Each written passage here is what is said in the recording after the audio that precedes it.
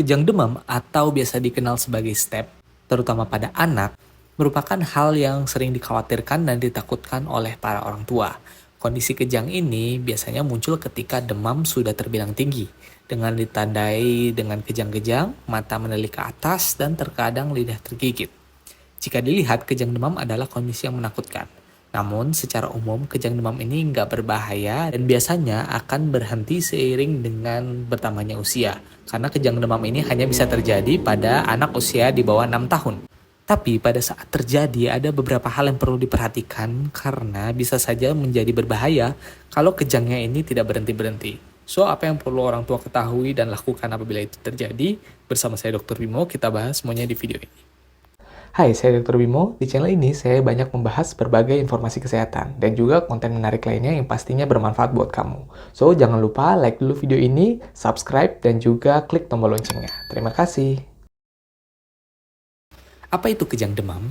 Kejang demam adalah bangkitan kejang yang terjadi pada kenaikan suhu tubuh yang disebabkan oleh suatu proses di luar dari otak yang biasanya dipicu karena adanya infeksi yang menyebabkan peningkatan suhu tubuh. Umumnya, kejang demam sekitar 2% sampai 4% pada anak yang berumur di antara 6 bulan sampai 6 tahun.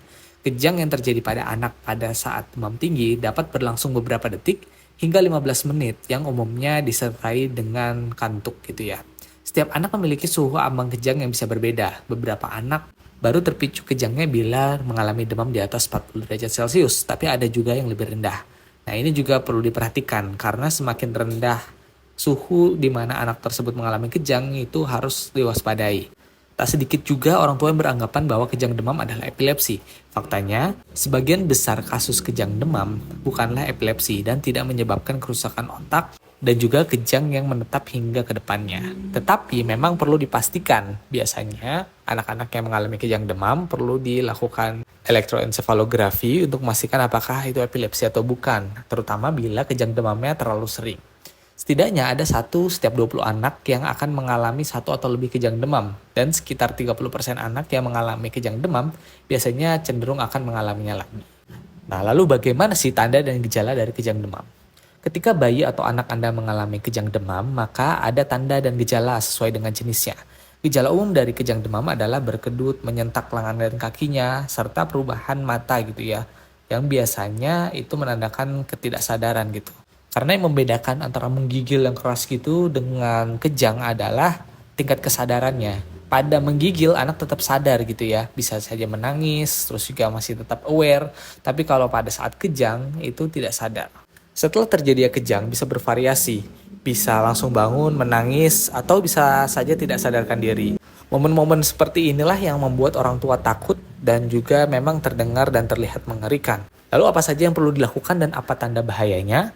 Yang pertama adalah ketika mengalami kejang, orang tua harus tenang, kalau bisa sambil di video. Ini untuk memudahkan dokter untuk mengetahui durasi dari kejangnya. Karena durasi dari kejang ini menentukan terapi selanjutnya juga. Karena bila tidak direkam, seringkali orang tua mengutarakan waktu yang jauh lebih lama dibandingkan sebenarnya karena ada alasan panik. Selanjutnya, ketika anak kejang juga harus dijaga jalan nafasnya, serta dimiringkan, khawatir terjadi muntah. Karena apabila muntah sambil kejang seperti itu berbahaya, karena muntahannya bisa masuk ke dalam paru-paru dan bisa membuat anak menjadi pernafasannya terganggu. Selanjutnya, jangan masukkan apapun termasuk sendok gitu ya, karena itu akan menghalangi jalan nafas dan justru malah berbahaya. Dan yang berikutnya adalah langsung bawa ke fasilitas kesehatan terdekat. Kalau bisa sih rumah sakit, karena biasanya obat-obatan kejang hanya tersedia di rumah sakit. Nah, yang bahaya adalah ketika kejangnya itu terjadi terlampau lama. Karena pada saat kejang, refleks nafas anak tentu terganggu, sehingga biasanya oksigennya bisa turun. Inilah yang menyebabkan anak harus segera cepat-cepat dibawa ke vaskes untuk mendapatkan obat-obatan anti kejang.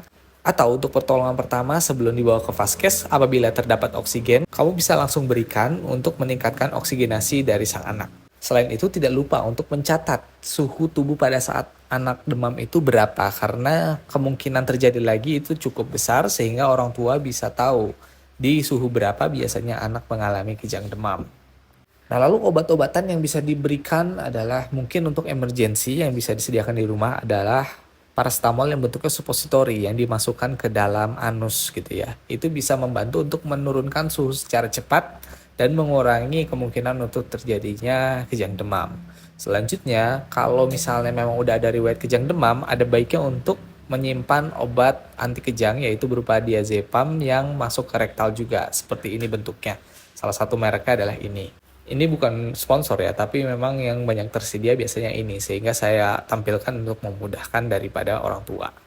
Walaupun untuk mendapatkannya memang perlu resep dokter karena harus disesuaikan dengan usia dan juga berat badan dari pasien.